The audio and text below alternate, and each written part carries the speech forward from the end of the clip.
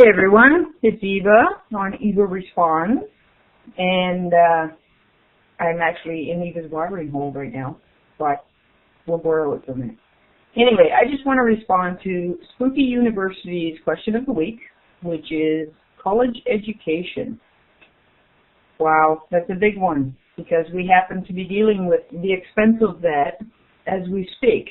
Most of you know Bobby is off at college now. He's taking a 5-year program during which he will receive his master's degree. He has scholarships and that kind of thing that help considerably, but he's still responsible for $25,000 a year, which over the course of 5 years is $125,000 that he will have to start paying back, I believe it's 6 months after he graduates. So this poor kid is working his tail off basically to start his career in poverty because he's going to have these student loans that he has to pay back. I don't believe that's fair. I believe there could be something done to reduce that liability. I don't think anybody should have to start off life so far in debt. So what I did, I've actually pulled up a couple of web pages. Just bear with me. I looked into the cost of education in 2 separate countries aside from the U.S. I pulled up Sweden because Brad, Kermit 1072, lived over there for 2 years, and he kind of educated me in that. But I pulled up some information here. With rare exceptions, tuition fees in higher education in Sweden are fully subsidized by the government. This applies to both foreign and Swedish students.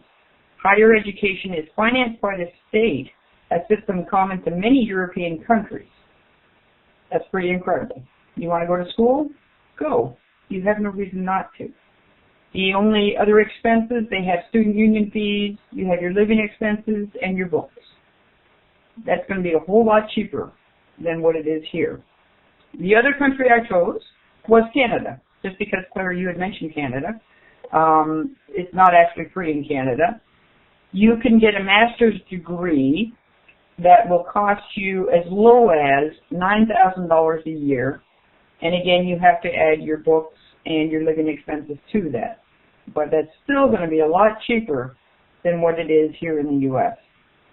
So, you know, in Sweden, I believe the reason they're able to subsidize it is they have a much higher tax rate than we do.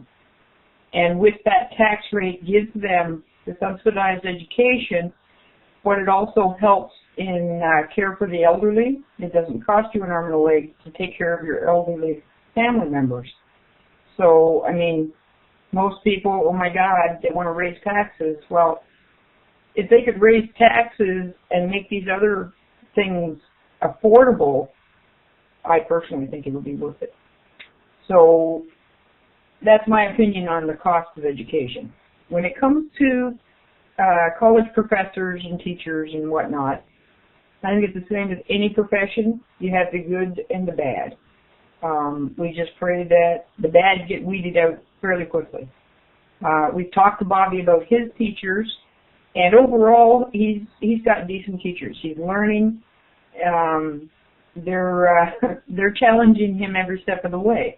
He has to work for it, and I think that's wonderful. You know, it's not a cakewalk. They're making him work. Now, he did have one class that he had an issue with the teacher. The teacher chose not to teach. He would give them the assignment and basically say, do it. Well, that's all well and good for some kids. But other kids, they need that instruction from a teacher. So in my opinion, that teacher's not wonderful. I mean, yeah, he's challenging them to figure it out themselves, which is good to a certain degree, but I believe there should be some teaching involved. But overall, Bobby is quite pleased with his teachers. We're pleased with his progress at this point. So it's pretty good. But it's like any other profession. Like I said, you know, you got the good and the bad, and really until you get there, you don't know. The next thing, is a college education necessary in these times? I believe yes, because, I mean, back in the good old days, you know, you could get a job with a grade 10 level education, grade 12 level education. But nowadays, a lot of people won't even look at you unless you have some sort of college degree. And it doesn't have to be, you don't have to be a brain surgeon or anything, but just some sort of college degree. And the other reason I think college is important, Bobby went from living at home with his mom to out in the world, but he's not completely on his own. He hasn't been fed to the wolves. He lives in the dorms on campus, and he's got a lot of freedoms, but he still comes home. So he's got that transition period from always being at home to being out on his own and having to do everything for himself. So I think that whole college experience, you get to grow up a little bit more, but you get to do it gradually before you actually have to go out and, buy your own house and take care of your own bills. So he's kind of got that transition, which I think is wonderful. I think it's very important for kids to have. So I think that's all I got to say on this subject. I want to thank whomever submitted this topic. It was a good one.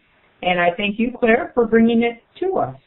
You all have a wonderful day, and we'll see you next time.